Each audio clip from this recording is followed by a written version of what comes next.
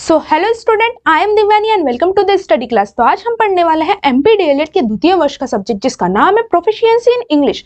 मतलब इंग्लिश में हम कैसे प्रोफिशिएंसी हमें प्राप्त हो सकती है या हम कैसे प्रवीणता हासिल कर सकते हैं इस सब्जेक्ट में या इंग्लिश में।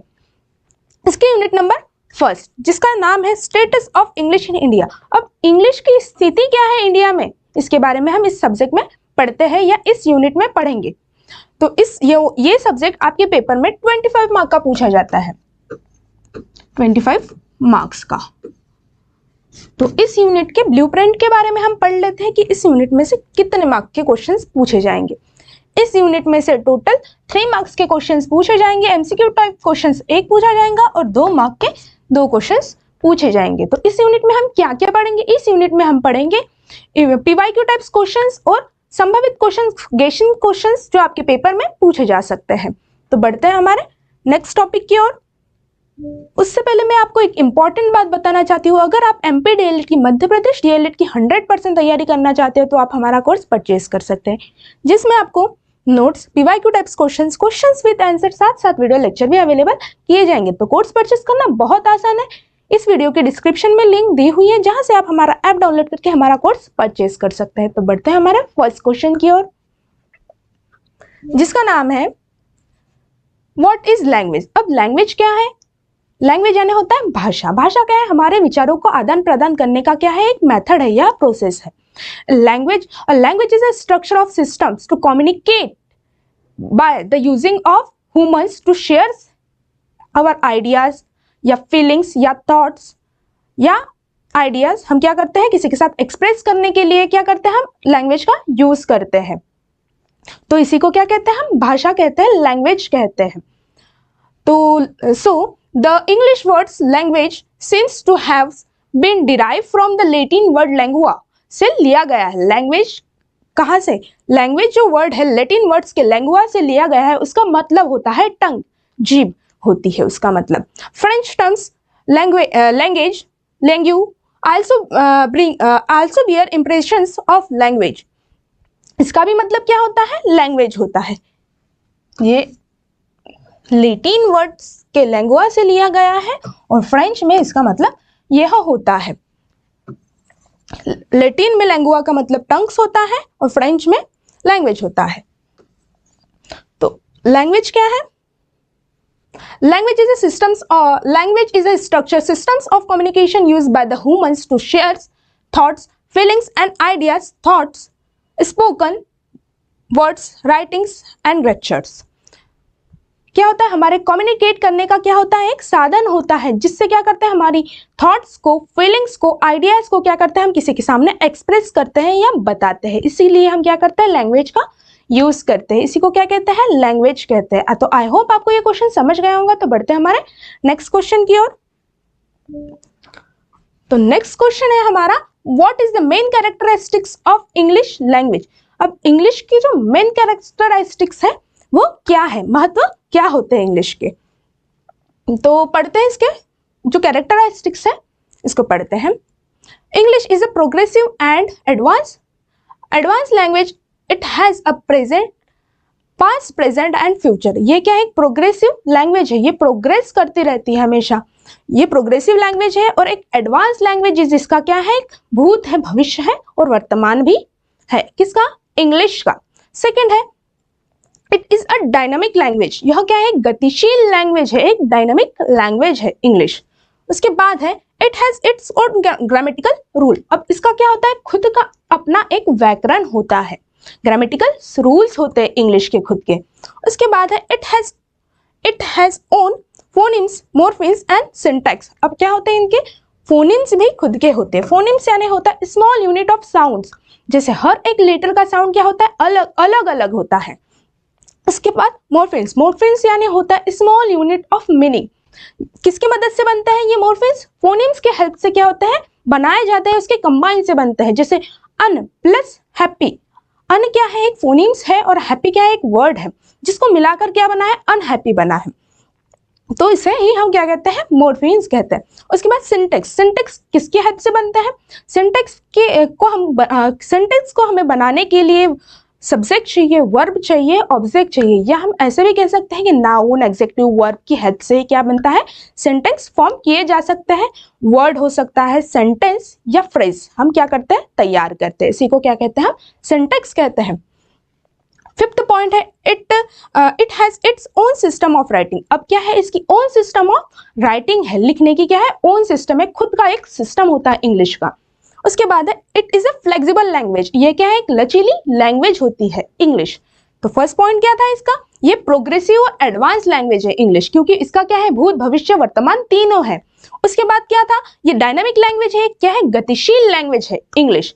उसके बाद था इसका ग्रामेटिकल रूल होता है, खुद का एक अपना ग्रामेटिकल रूल होता है, व्याकरण होता है इंग्लिश का खुद का। उसके बाद इसके फोनिम्स होते हैं, मॉर्फिम्स होते हैं और सिंटैक्स भी होते हैं, किसके, इंग्लिश के। उसके बाद है ओन सिस्टम ऑफ राइटिंग। अब क्या है, इसकी खुद की सिस्टम ऑफ राइटिंग भी है। उसके बाद ये क्या है, एक फ्लेक्सिबल लैंग्वेज है, एक लचीली लैंग्वेज है। यह क्या थी, मेन कैरेक्टरिस्टिक्स ऑफ लैंग्वेज थी, ये लैंग्वेज के बारे में था। तो आई होप आपको ये क्वेश्चन समझ गया होगा, और ये क्या है, एक इंपॉर्टेंट क्वेश्चन है जो आपके पेपर में पूछा जा सकता है। तो बढ़ते हैं हमारे नेक्स्ट क्वेश्चन की ओर, जिसका नाम है what are the main components of language. अब main component of language, language के क्या मुख्य कंपोनेंट्स होते हैं, उसके बारे में हम पढ़ेंगे। In order to take up the task of teaching a language, it is important to know the aims of a language and the ways it write. The purpose of any language is to express oneself. The listener has to be understand. अब क्या होता है, हम जो भी कुछ पढ़ाते हैं, लैंग्वेज हम पढ़ाते हैं, उसका क्या होना चाहिए, खुद का एक एम होना चाहिए, गोल होना चाहिए पढ़ाने के लिए।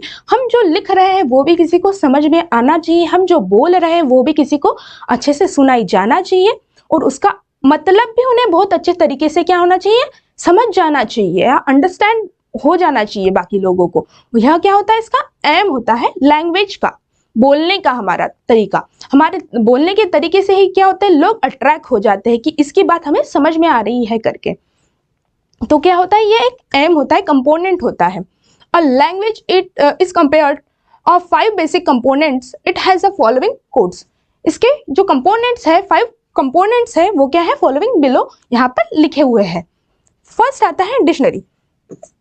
डिक्शनरी यानी होता है शब्दकोश। शब्दकोश में क्या रहता है, शब्द लिखे रहते हैं, साथ साथ उसके प्रोनाउंसिएशन भी लिखे रहते हैं, उसके साथ उसके अर्थ भी लिखे होते हैं। उसी को क्या कहते हैं, हम डिक्शनरी कहते हैं, शब्दकोश या कलेक्शन ऑफ वर्ड भी कह सकते हैं हम, जिसमें एक बहुत सारे वर्ड्स का क्या होता है, कलेक्शन होता है, संग्रह होता है, उसको ही हम डिक्शनरी कहते हैं। सेकेंड है साउंड सिस्टम। अब क्या होता है, हर एक लैंग्वेज का अपना अपना साउंड सिस्टम होता है, हर लेटर का साउंड अलग अलग होता है, उससे ही क्या बनता है, एक वर्ड बनता है, उसका भी सिस्टम कुछ अलग होता है। उसके बाद सेंटेंस बनेंगे, ये सब। उसके बाद है स्पेलिंग्स एंड अल्फाबेट।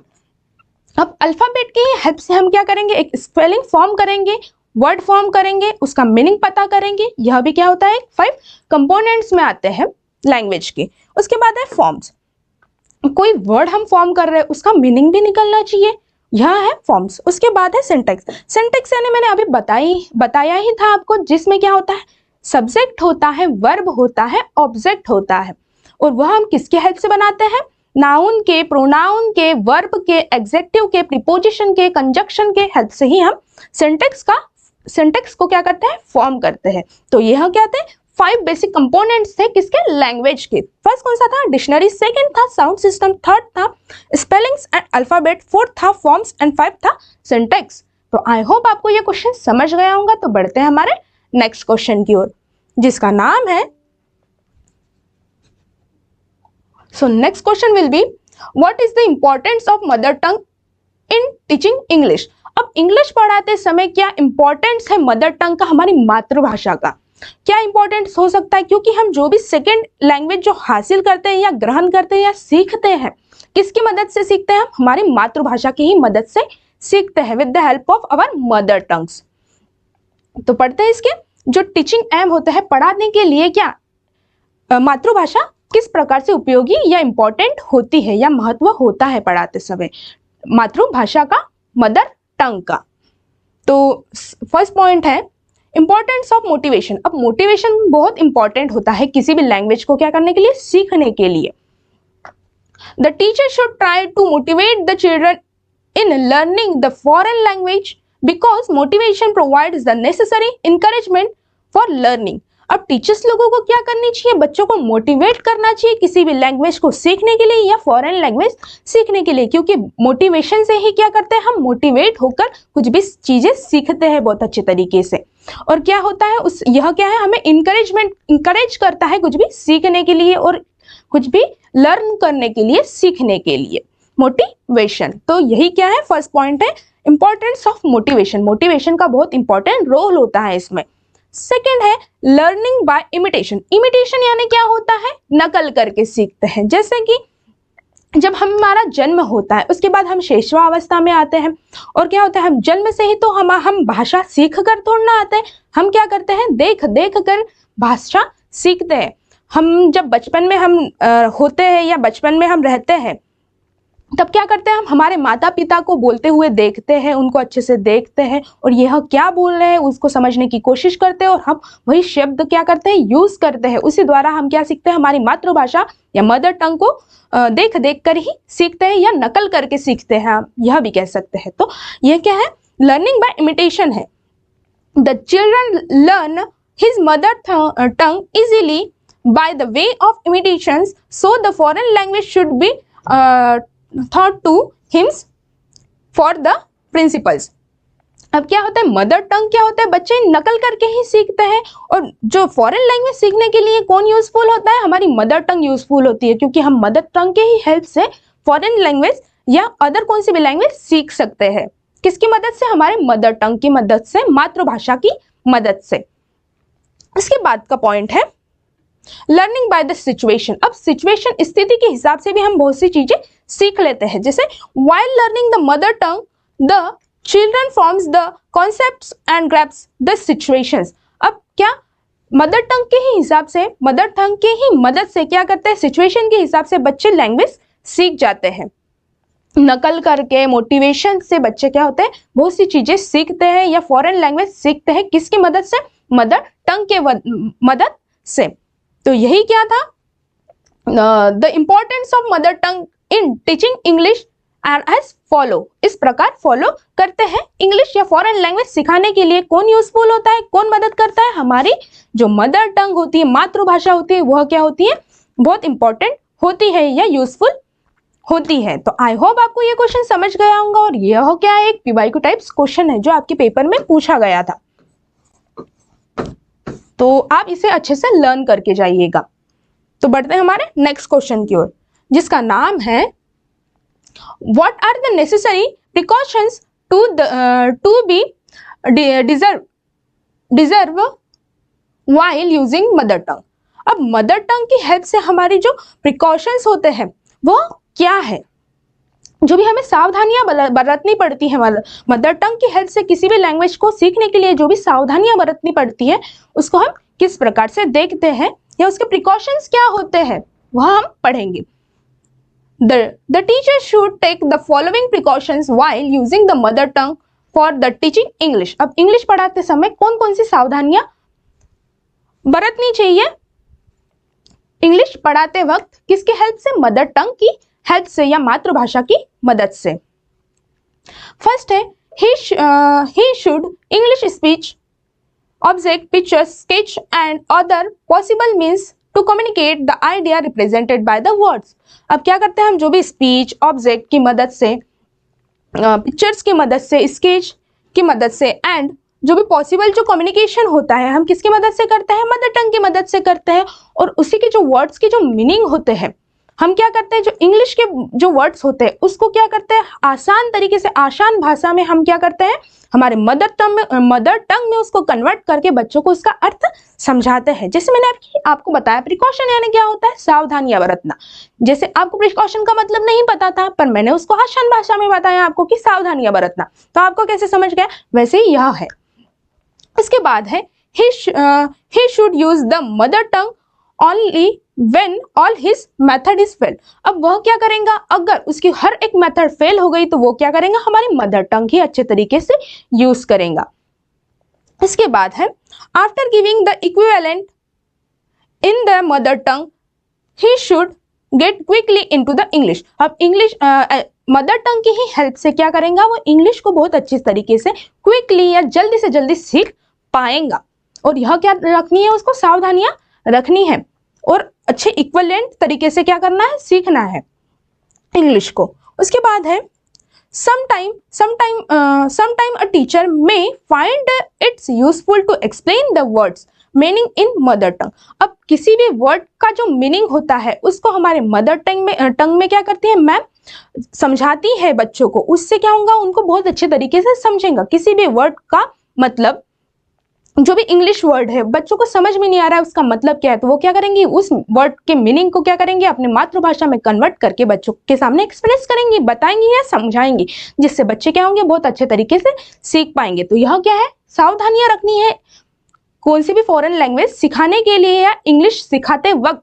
यह क्या सावधानियां रखनी है मैम्स को, टीचर्स को सिखाते वक्त इंग्लिश।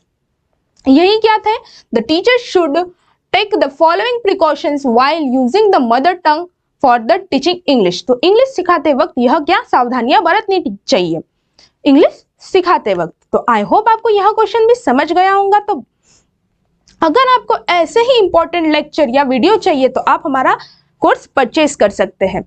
तो इस वीडियो को, इस लेक्चर को करते हैं यहीं पर समाप्त और मिलते हैं अगले लेक्चर में। Thank you class.